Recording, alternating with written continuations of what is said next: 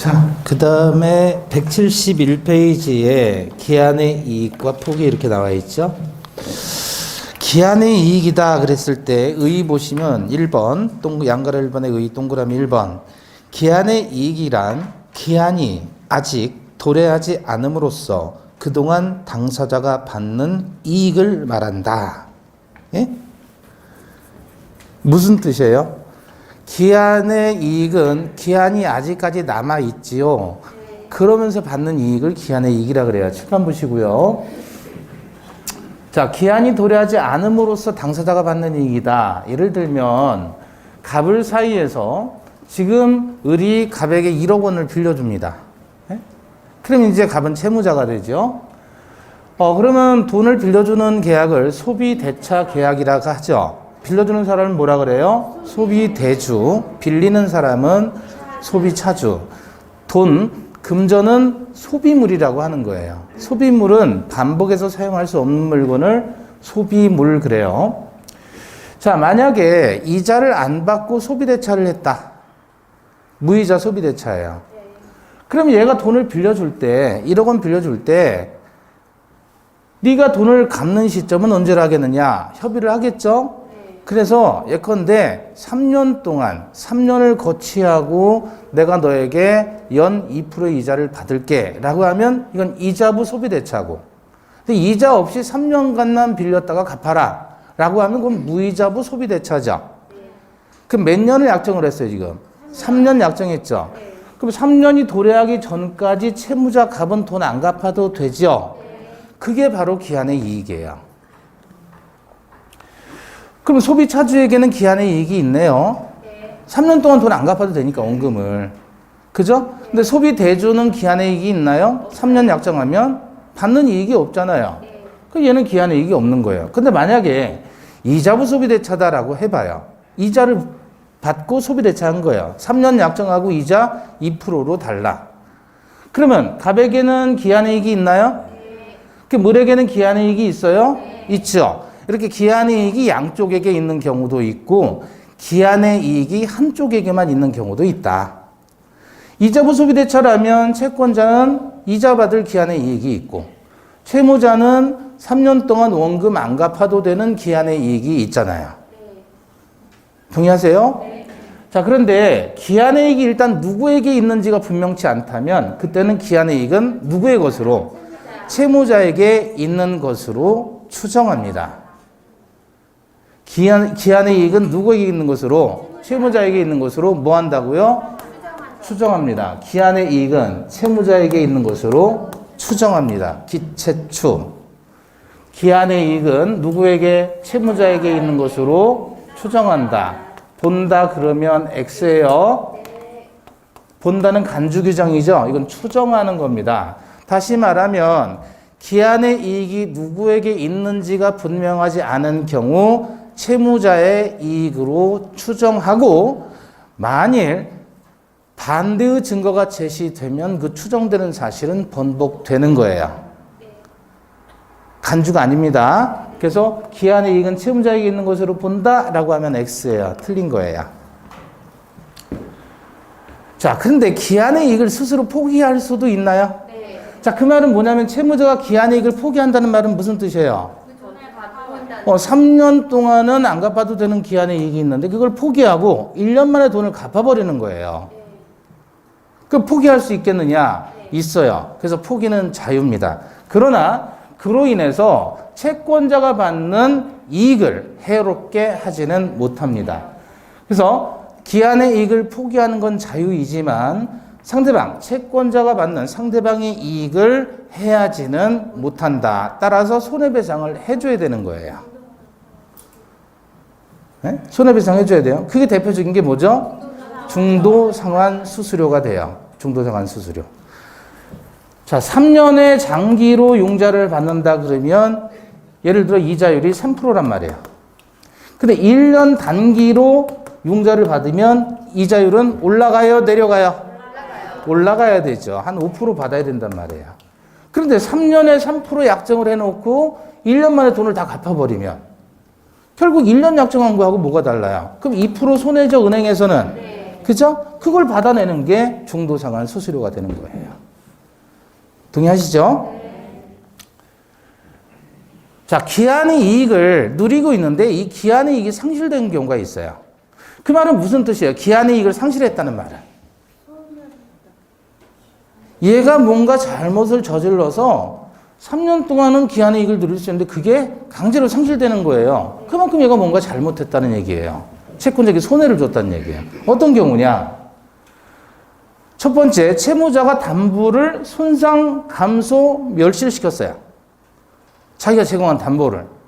또 채무자가 담보를 제공한다고 약속을 했는데 담보 제공을 안 해준 거예요. 신뢰가 안 생기죠? 그리고 이미 제공한 담보를 손상, 감소, 멸실까지 시킨 거예요. 그럼 채권자는 담보가 없어진 거잖아요. 담보가 손상된 거잖아요. 그럼 여기서 말하는 담보는 인적 담보, 물적 담보 전부 포함합니다. 그러면 인적 담보를 멸실시켰다 그 말은 채무자를 살해한 경우를 얘기해요. 채무자를 살해했어요. 그럼 인적 담보 멸실이에요. 보증인을 살해한 경우, 보증인. 그 다음에 채무자가 지금 현재 뭐 했어요? 파산했어요, 파산.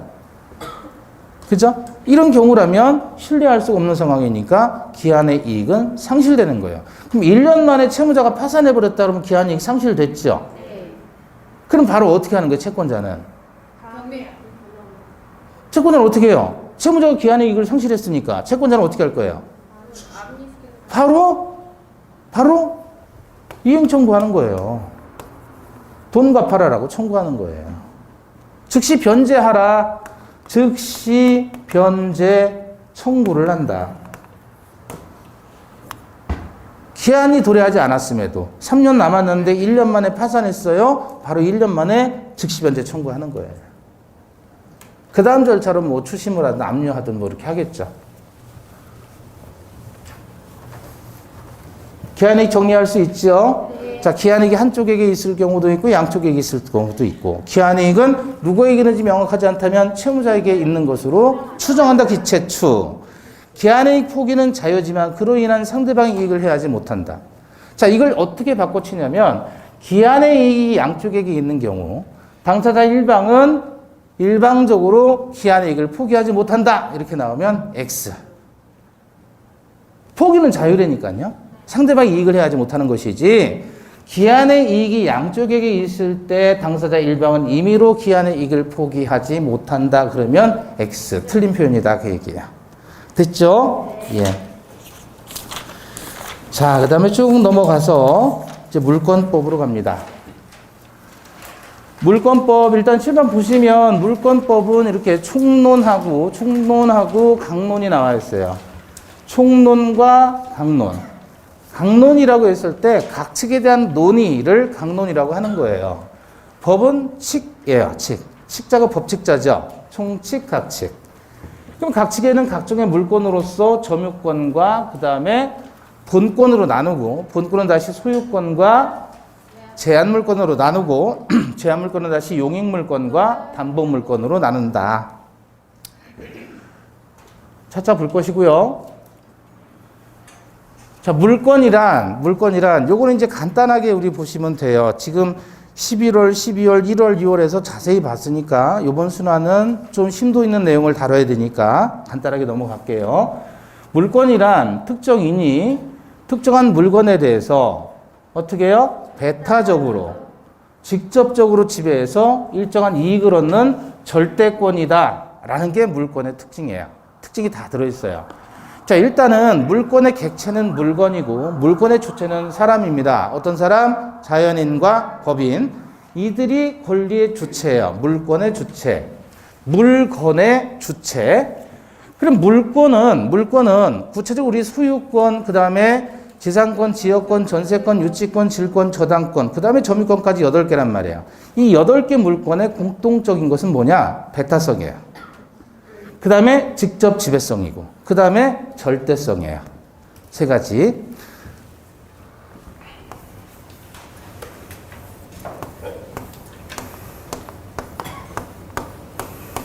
이게 뭐죠?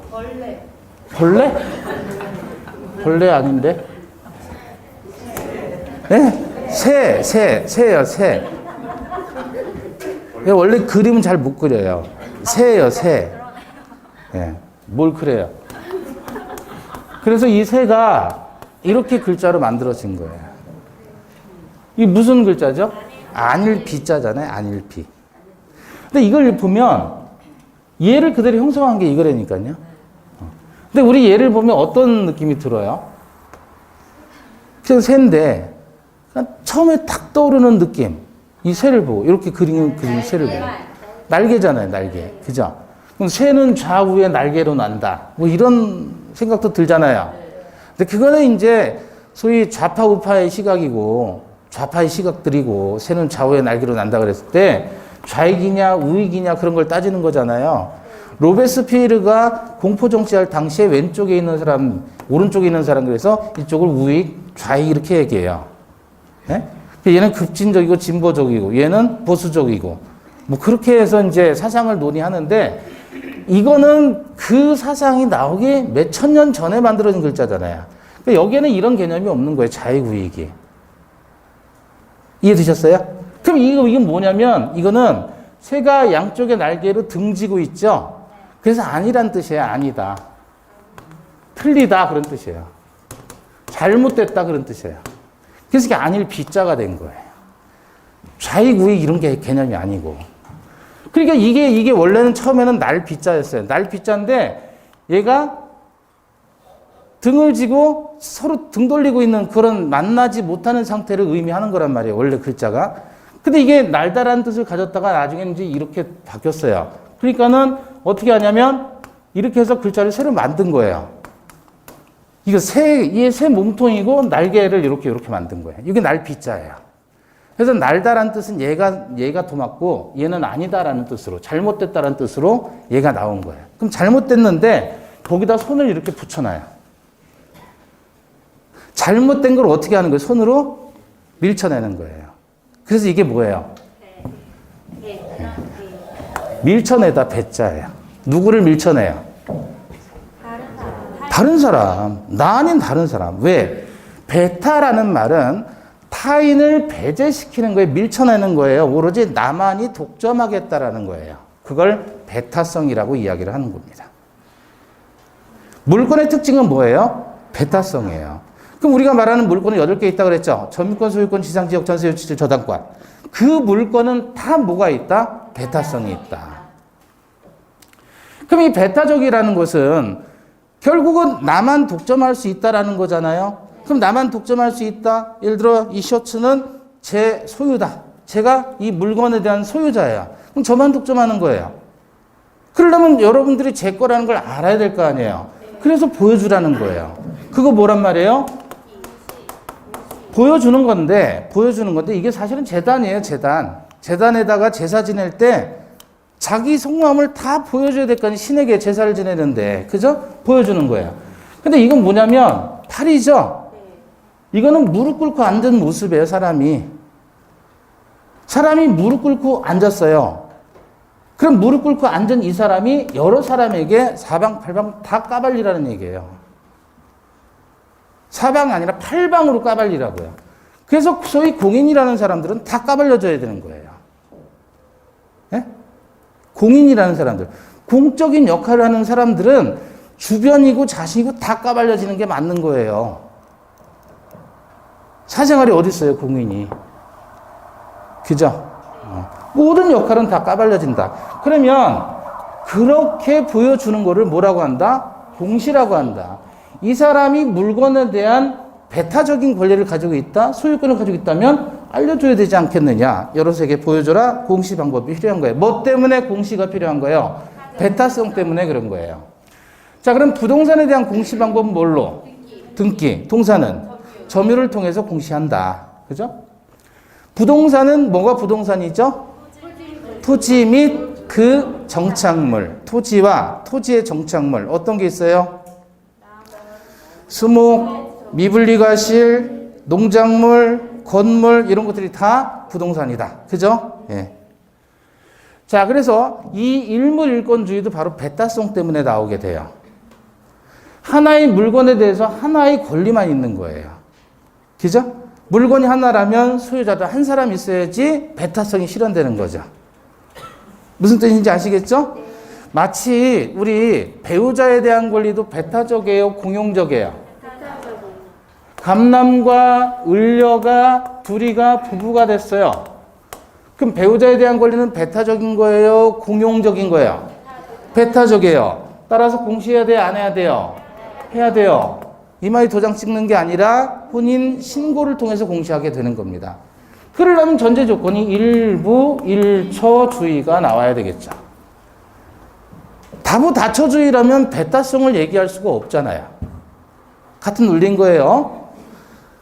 자, 그래서 일물일권주의가 나오게 되는 건 다 뭐 때문이다? 배타성 때문이다. 건물이라면 이 건물은 하나의 물건이 된다. 뭘로 그걸 단위를 계산해요? 토지는 필로서 단위를 구성하게 된다. 그죠? 따라서 일동의 건물이 한 개의 물건이 되는 거예요. 한 필의 토지가 한 개의 물건이 되는 거예요. 여기서 한 동의 건물은 몇 층이 되어야 해요?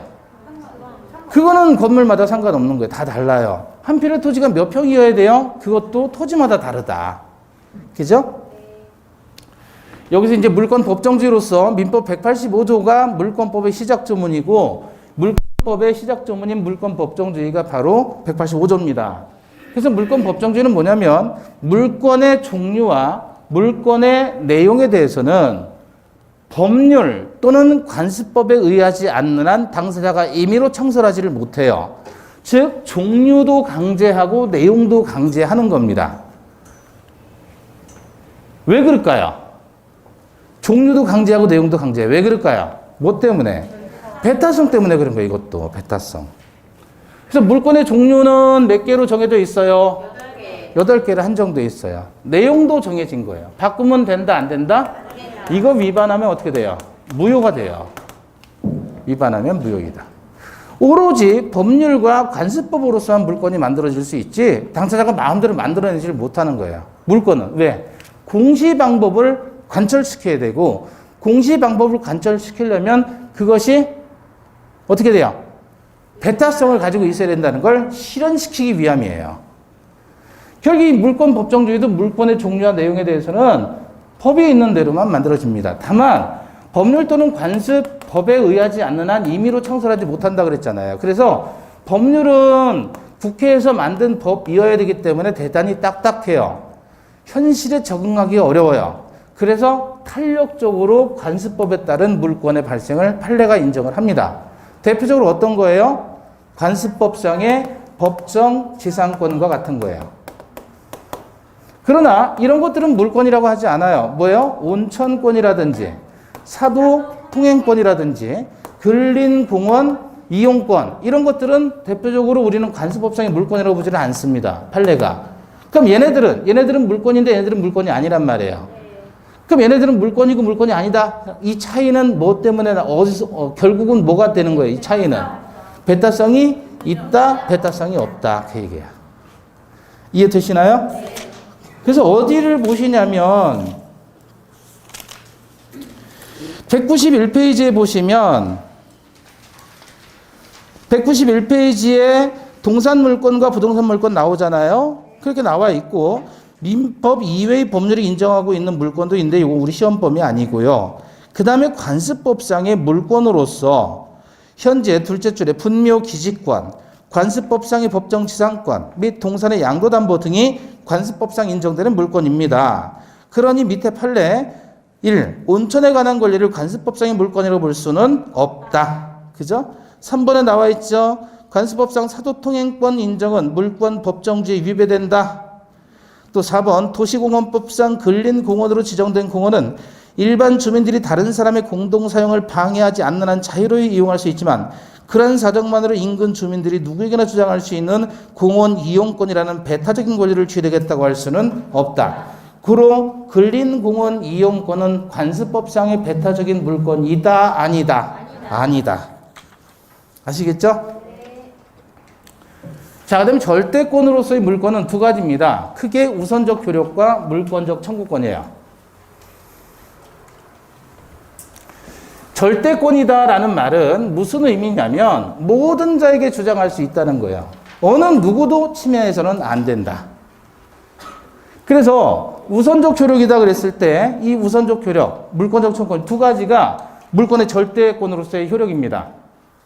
우선적 효력은 물권이 있고 채권이 있으면 누가 우선한다는 거예요? 물권이 우선한다는 거예요. 왜냐면 얘는 공시가 되고 얘는 배타적이지 않잖아요. 채권은 공시되지 않는단 말이에요. 그래서 물권과 채권이 충돌하면 물권이 당연히 우선하는 겁니다. 좀 디테일하게 가면 소유권과 제한물권이 충돌하면 어떻게 될까요? 이때는 언제나 제한물권이 우선해요. 갑소유 주택이 예컨대 1990년 1월 5일 날 지어졌어요. 신축됐어요. 그리고 의뢰 전세권이 91년 1월 5일 날 전세권이 발생했어요. 그럼 사용 수익에 있어서는 얘가 언제나 우선하는 거지 시간적인 순서와 상관이 없다는 얘기죠. 제한물권과 제한물권이 충돌하면 어떻게 될까요? 이때는 먼저 성립한 권리가 우선한다. 제한물권끼리는. 이해되셔요? 예. 먼저 성립한 권리가 우선한다. 책에 나와 있는 내용들이고요. 그 다음에 물권적 청구권인데 192페이지에 보시면 물권의 효력에서 우선적 효력 나와 있잖아요. 그래서 물권 상호 간의 우선적 효력, 그래서 반가로 1번 제한물권 상호 간에는 어떻게 한다? 먼저 성립한 물권이 우선하죠. 그 다음에 2번 소유권과 제한물권 간에는 어떻게 돼요? 이때는 언제나 제한물권이 우선한다.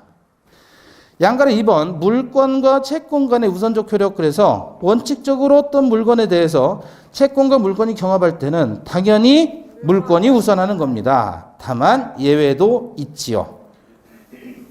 그 예외가 바로 둘째 줄, 셋째 줄에 있죠. 주임법상의 소액보증금의 우선 특권, 또 상가건물 임대차 보호법상의 최우선 변제권, 요 정도만 기억하시면 돼요.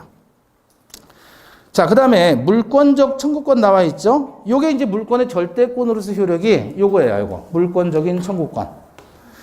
물권으로부터 청구권이 발생한다는 거예요. 자, 그래서 거기 보시면 193페이지에 물권적 청구권 나와 있죠. 그래서 박스 안에 보시면 소유권하고 점유권 나와 있고요. 소유권에 기인한 반환 청구, 방해 제거 청구, 방해 예방 청구권 이렇게 있고, 이게 다른 물권에 전부 준용되고 있어요. 그리고 점유권에서도 점유보호 청구권이라고 해서 점유권에 기인한 반환 청구, 방해 제거 청구, 방해 예방 청구권 나와 있습니다. 넘겨보시면 종류는 물권적 청구권은 이렇게 반환 청구, 방해 제거 청구, 방해 예방 청구, 요 세 가지가 물권적 청구권이다. 종류. 근데 발생 원인에 따라서 법적 성질을 보시면, 발생 원인에 따라서 보시면 물권적 청구권이 이제 소유권에 기인한 물권적 청구권이 있고, 점유권에 기인한 물권적 청구권이 나와 있습니다. 자, 행사 요건 내려가 보시면 주체는 당연히 누구겠어요? 물권자겠죠. 그죠? 네. 행사, 물권의 내용의 실현이 현재 방해당하고 있거나 방해당할 염려가 있어야 된다. 3. 귀책 사유에서 침해자의 고의나 과실을 묻지 않고요.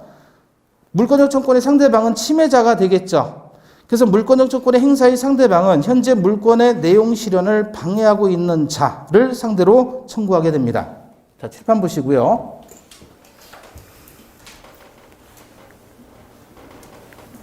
이거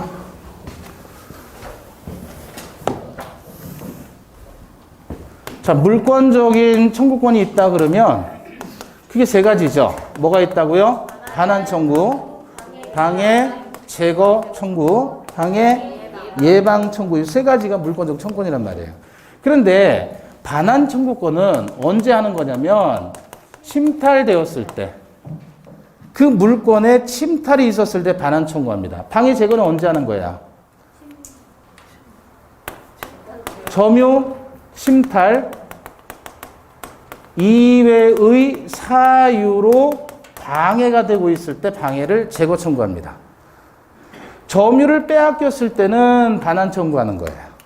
근데 점유 빼앗긴 게 아니라 점유 침탈 이외의 사유로서 방해당하고 있다. 그럴 때는 방해 제거를 청구하는데, 예를 들면 타인의 토지에다가 무단 건축을 했어요. 무단건축을 했어요. A 소유 토지인데 B라는 사람이 땅에 대한 사용권 없이 건물을 지어버렸던 거예요. 이렇게. 그럼 이 지역을 지금 A가 소유하고 전부 사용해야 되는 이 땅을 B가 지금 사용하고 있잖아요. 그죠? 이럴 경우에는 뭐죠? 방해 제거로서 건물에 뭐를 철거를 청구할 수 있다. 방해 제거로서. 쉽게 말하면 반환 청구는 내놔 그 얘기예요. 내놔. 내 물건 내놔. 가져갔을 때 내놔 하는 거예요. 이거는 쉽게 말하면 치워 그 얘기예요. 치워. 내 땅에다가 네가 쓰레기 놨냐? 치워라 라고 요구하는 게 방해 제거 청구. 반환 청구하고 방해 제거 구별할 수 있죠. 이거는 예방이에요. 미리 방지하는 거죠. 이거는 점유 침탈 또는 물권의 침탈에 뭐가 있을 때, 염려가 있을 때 미리 행사하는 게 방해 예방이에요. 대표적으로 갑이 토지를 소유하고 을이 토지를 소유했을 때 이게 이제 갑이 자기 집을 헐어가지고 여기다가 빌라를 짓는다 라고 계획을 세우는 거예요. 그럼 빌라 짓게 되면 이쪽에서 일조권이 차단될 수 있죠. 그래서 얘가 텃밭이 공사하는데 얘가 뭐를 하는 거예요? 공사 중지 가처분을 신청하는 거예요. 왜? 네가 만약에 이렇게 짓게 되는 순간 나의 소유권이 침해될 뭐가 있다. 염려가 있다. 그렇죠? 이걸 공사 중지 가처분 신청하는 게 대표적으로 방해 예방 청구에 해당하는 거예요. 자, 그렇다면 등기가 A라는 사람의 소유인데 B라는 사람의 명의로 등기가 되어 있다. 그러면 소유자가 얘한테 말소를 청구할 거 아니에요? 너 소유자 아니지 않느냐? 자, 이렇게 등기 말소 청구는 반환 청구일까요? 방해 제거 청구일까요?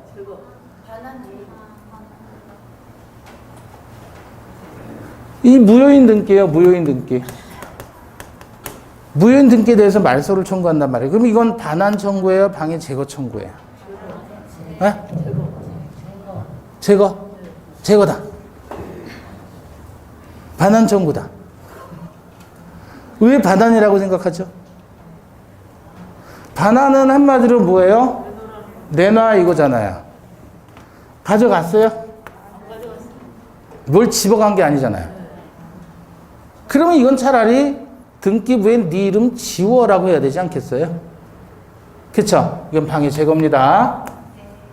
반환 청구가 아니라 반환 청구는 물건을 이렇게 집어갔을 때 내놓으라고 얘기하는 게 반환 청구인데 이게 지금 B 명의로 무효인 등기를 했다 그러면 B가 A가 가지고 있는 소유권을 가져간 게 아니잖아요.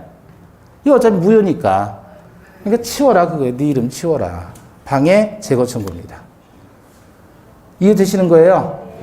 자, 그래서 이게 소유권에 관해서 반환 청구, 제거 청구, 예방 청구가 있는 것이고 또 점유권에 관해서 반환 청구, 제거 청구, 예방 청구가 있는데 이 소유권에 기인한 내용의 물권적 조건은 다른 물권으로 준용되고 있어요. 그래서 지상권이 있다 그러면 지상권에 기인한 반환, 제거, 예방. 전세권 나오면 전세권에 기인한 반환, 제거, 예방. 이렇게 나온단 말이에요. 이해되시죠? 자, 물권적 청구는 뒤에 가서 좀 더 자세히 보기로 하고요. 그 다음에 이제 우리는 어디로 가냐면, 어디를 또 보셔야 되냐면, 196페이지 가보시면, 다른 청구권과의 관계 그래서, 거의 쭉 내려가 보시면 박스 나와 있죠. 물권적 청구는 성질이 물권에 기한 청구로서 침해의 가능성만 있어도 성립 가능하고, 침해자의 고의나 과실을 요하지 않습니다. 침해되면 돼요. 아까도 우리 봤듯이 여기 봐봐요. 갑이라는 사람이 건축 허가를 받아놓고요. 적법하게 허가를 받아놓고 건축을 하려고 하는데 이쪽에서 공사농지 가처분이 들어왔단 말이에요. 방해 예방을 청구하죠. 얘한테는 고의나 과실이 없어도 물권적 청구권이 상대방이 될 수 있는 거예요. 적법하게 허가받고 건축하겠다는데 이쪽에서 지금 내 재산권 침해하지 말라 그러면서 일조권 침해를 원인으로 해서 방해 예방, 공사 중지를 청구한단 말이죠.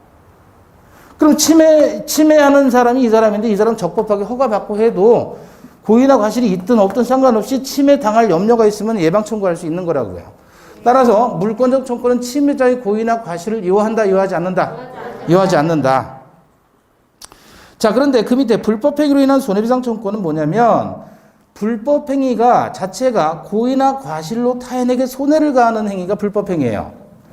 고의나 과실로 남에게 손해를 주는 행위를 불법 행위라고 하는데 불법 행위가 성립하게 되면 당연히 손해배상 청구권이 발생하게 되는 겁니다. 자, 그래서 거기 불법 행위로 인한 손해배상 청구권은 침해의 가능성만으로는 성립하지 않는다.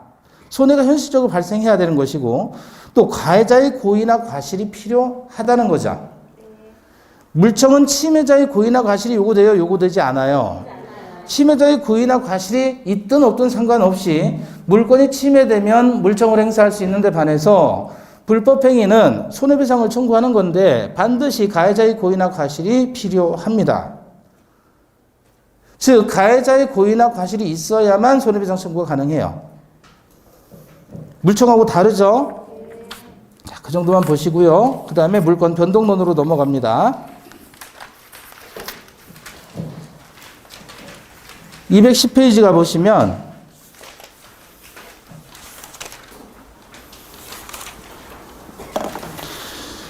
여기 이제 부동산 물권의 변동 이렇게 나와 있죠. 앞에 부분을 설명을 할 거예요. 칠판 보시고요. 부동산 물권 변동을 해서 부동산에 관한 물권 변동과 동산에 관한 물권 변동으로 나누고요. 또 부동산 물권 변동은 어떻게 나눠요? 법률 행위에 의한 물권 변동과 법률의 규정에 따른 물권 변동으로 이렇게 나눕니다. 그럼 동산도 마찬가지겠죠? 법률 행위에 따른 물권 변동과 법률 규정에 따른 물권 변동인데 이는 동산이잖아요. 그죠? 근데 이게 188조 1항부터 189조, 190조까지 동산 물권 변동이고요. 191조까지. 근데 법률 규정에 따른 물권 변동은 왜 249조로 가냐면 이게 선의 취득과 관련된 규정이에요. 얘하고 비교하기 위해서 나눈 거예요. 그래서 선의 취득은 우리 소유권 파트에서 교재에 설명이 되어 있습니다. 전체 구조가 그렇다는 거예요. 물권 변동을 우리 총칙으로 가면 뭐라고 바꿔칠 수 있어요? 권리 변동 그렇게 나오잖아요. 권리 변동. 권리 변동, 권리의 득실, 변경, 권리의 발생, 변경, 소멸을 우리는 권리 변동이라고 했잖아요. 그죠? 그게 이제 구체화되면 물권으로 오는 거예요. 물권 변동. 그럼 우리 권리 변동할 때 어떻게 봤었나요? 법률 행위에 의한 권리 변동과 법률 규정에 의한 권리 변동. 이 안에는 의사표시 있다. 이 안에는 의사표시가 없다. 이런 거 공부했었잖아요. 그죠? 법률 행위, 법률 규정. 법률 행위, 법률 규정. 동산하고 부동산만 나눈 거예요. 세분화시켜서. 총칙의 내용하고 연결이 되는 거죠. 자, 그래서 이제 그 권리가 물권으로 넘어왔어요. 그러면 물권 변동인데 부동산에 관한 물권 변동인데 다시 법률 행위에 의한 부동산에 관한 물권 변동. 법률 규정에 따른 부동산에 관한 물권 변동.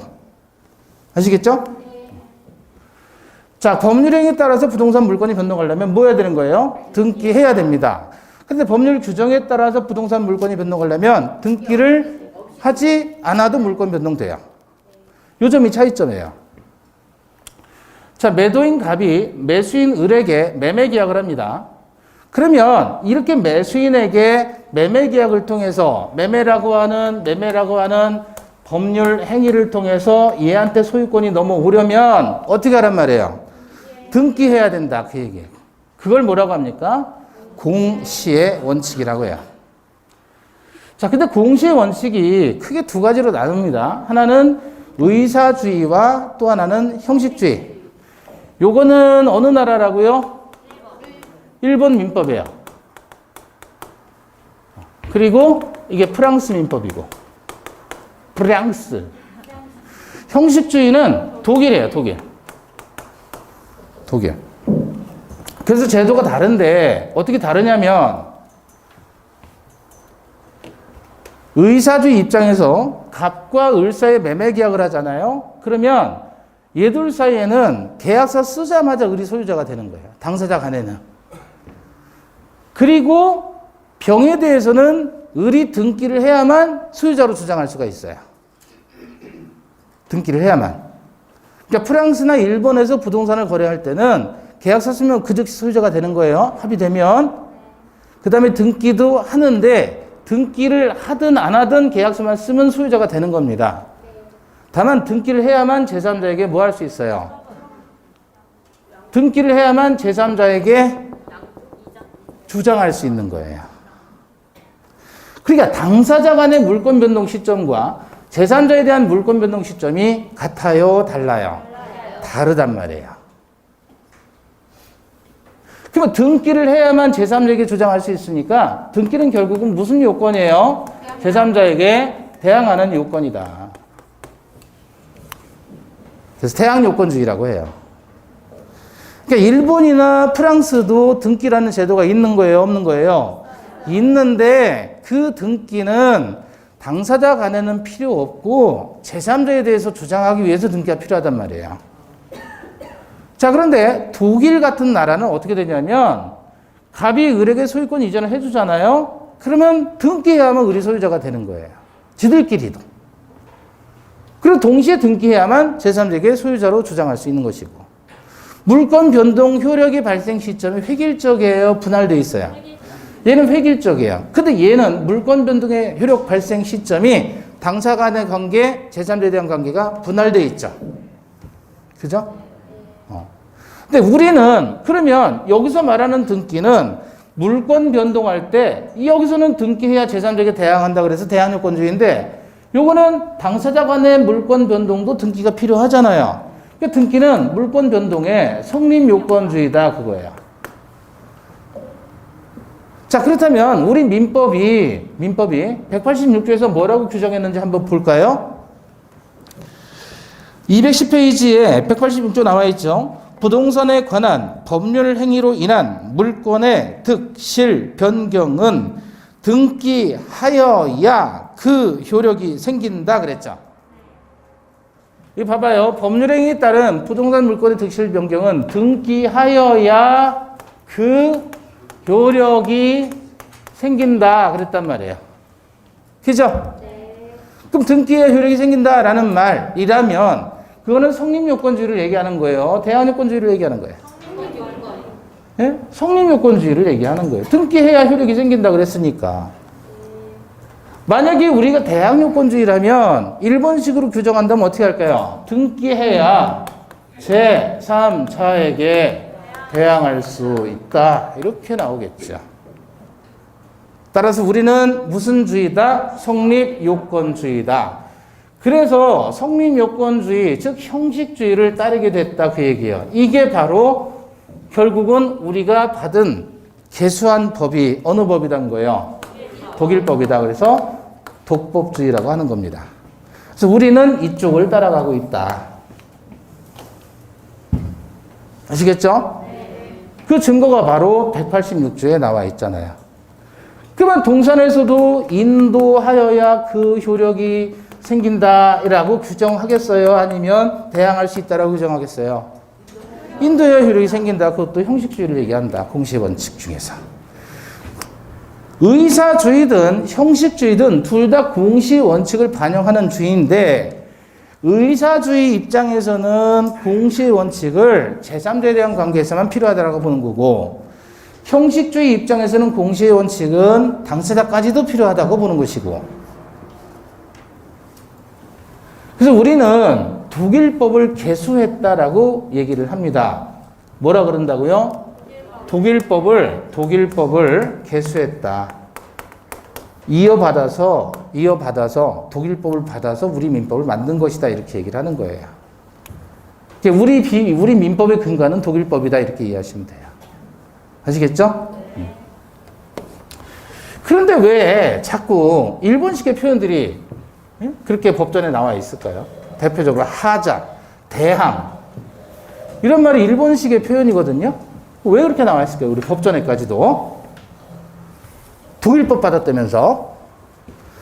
근데 우리가 민법 만들 때 우리가 직접 우리 학자들이 독일 가서 연구해가지고 그 자료를 바탕으로 해서 우리가 법을 만든 게 아니에요.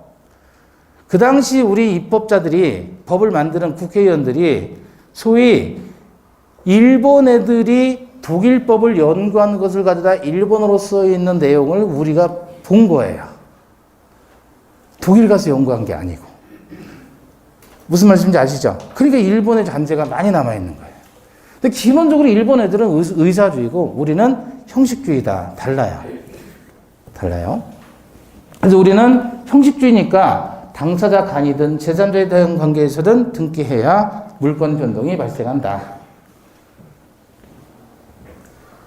자, 공시의 원칙 봅니다. 공시의 원칙을 근간으로 해서 공신의 원칙이 나타나요. 갑이 진정한 소유자입니다. 갑이 진정한 소유자고 을이 무권리자예요. 그런데 갑의 부동산을 자기 이름으로 소유권 이전을 해버린 거예요. 무단으로. 그러면 이렇게 을이 무단으로 등기를 했을 때 이 등기는 유효인 등기예요? 무효인 등기예요?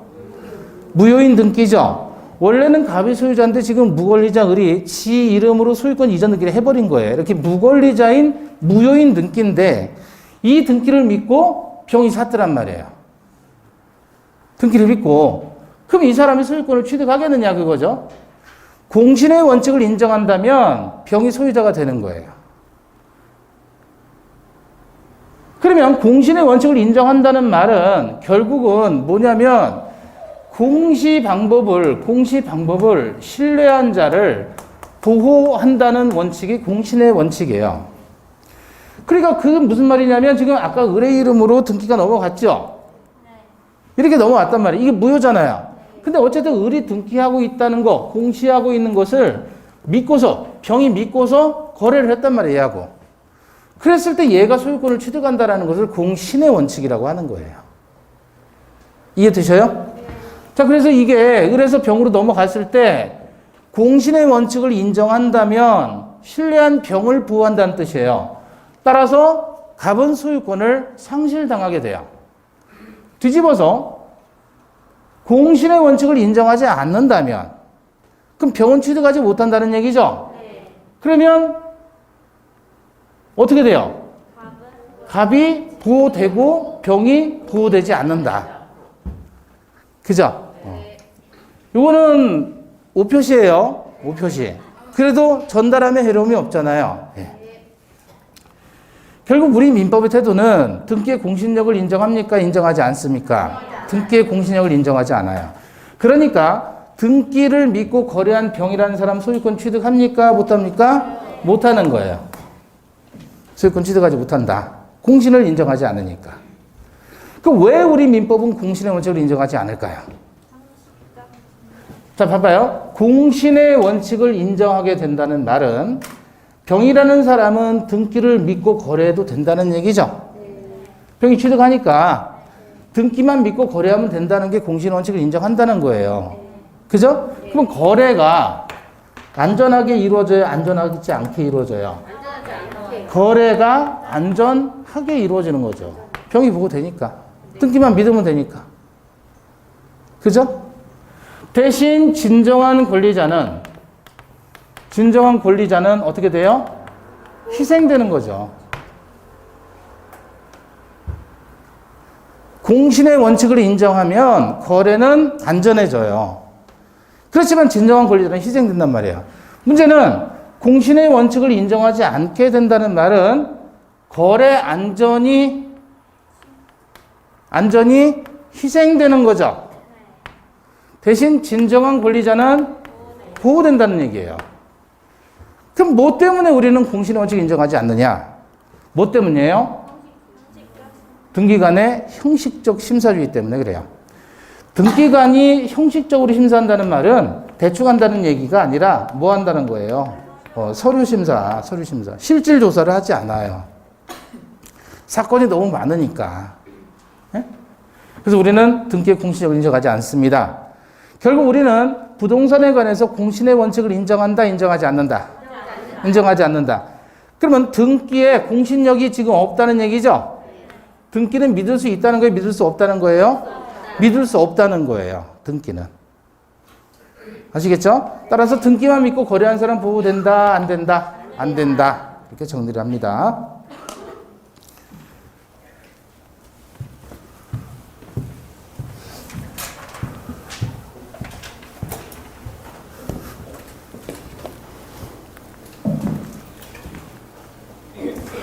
자, 그 다음에 아까 법률 규정에 따른 부동산 물권의 변동을 봤었죠. 법률행위에 따른 물권 변동과 관련해서 의사주의, 형식주의, 그래서 공시의 원칙과 관련해서 우리는 형식주의를 취한다 그랬고, 두 번째, 공신의 원칙은 우리가 인정한다, 안 한다?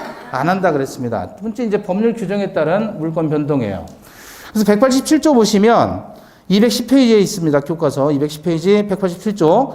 상속, 공용, 징수, 판결, 경매, 기타 법률 규정에 의한 부동산 물권의 취득은 뭐를 요하지 않는다?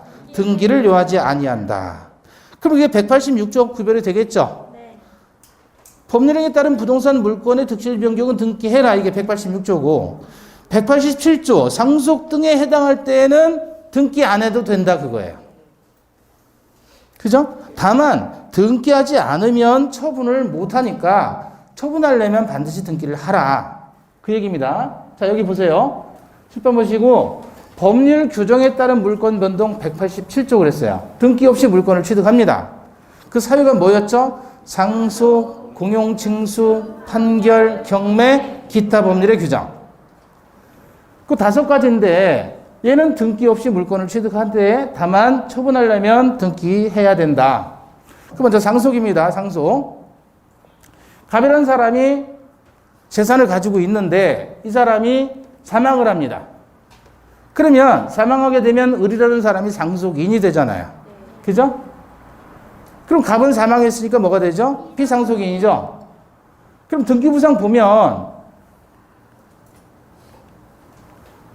지금 소유권 이전 갑이라는 사람으로 소유권이 지금 등기가 돼 있는 사람인데 이 사람이 사망을 했단 말이에요. 그러면 상속이 일어나죠? 네. 상속이 일어났을 때 이렇게 사망하면 상속이 일어나는데 을이 상속인이 소유자가 되는 시점이 언제냐 이거죠. 피상속인이 사망했을 때 소유자가 되는 거예요. 그래서 갑이 사망했을 때 을이 소유권을 취득합니다. 등기해야 등기 없이? 지금 아직 등기 안 했잖아요. 등기 없이 을이 소유권을 취득합니다. 언제? 피상속인 사망 시.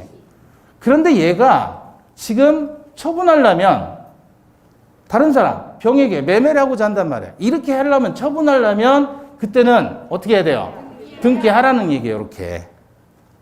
상속을 원인으로 한 소유권 이전 등기를 해야만 처분할 수 있다. 이게 187조 단서가 되는 거예요. 순서 이해하셨어요? 네. 자, 갑이 소유자이었어요. 근데 얘가 사망하는 순간, 이렇게 사망하는 순간 소유자는 누가 되는 거예요? 네. 을이 소유자가 되는 거예요. 사망하는 순간. 근데 등기는 여전히 갑의 이름으로 되어 있단 말이에요. 다시 뒤로 가보시면 자, 사망하는 순간 을이 소유권을 취득합니다. 이게 본문이에요. 상속, 공용지수, 판결, 경매, 기타 법률의 규정에 따른 물권의 득실 변경은 등기를 요하지 않는다 그랬어요. 등기를 요하지 않아요. 그럼 얘가 소유자가 됐죠. 언제? 사망 시. 근데 등기는 아직도 누구 이름이에요? 이렇게 돼 있어도 을이 소유자인 거예요. 다만 을이 제3자에게 처분하려면 등기 필요하다 그랬잖아요. 지 이름으로 등기를 해야만 처분이 가능한 거예요. 그게 187조 단서. 그래서 병에게 매매를 했단 말이에요. 그래서 을이 병에게 처분하려면 이렇게 등기를 해준 다음에 처분이 가능한 거예요. 병에게. 요게 187조 단서입니다. 이해되셨어요? 네. 결국 처분하려면 등기하라는 말은 누구 이름으로 등기하라는 얘기예요? 을, 상속인 이름으로 등기를 해야만 처분이 가능하다. 만약에 그러지 않고 상속인 이름으로 등기를 하지 않고요. 이렇게 하면 어떻게 될까요? 이렇게 하면 어떻게 돼요? 이건 마치 갑이 살아생전에 병에게 팔았던 것처럼 이렇게 빠지는 거죠? 그죠? 요거는 일종의 중간 생략 등기가 되는 거예요. 허용된다? 안 된다? 안 된다. 세금부터라니까.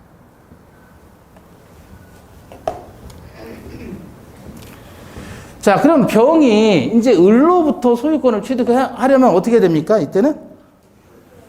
병이 을로부터 소유권을 취득하려면 지금 을이 병한테 처분하려면 얘 이름으로 등기를 하라는 거 아니에요? 네. 그게 187조 단서죠? 네. 근데 병이 소유자가 되려면 얘하고 매매를 한 거잖아요. 네. 이건 법률 행위에 따른 물권 변동 아니에요? 네. 따라서 이때는 186조에 따라서 어떻게 돼요? 소유권 이전 이렇게 등기를 해주면 그게 186조 법률 행위에 따른 물권 변동이다. 구별할 수 있죠? 네. 자, 한 번 더 봐요. 공용징수.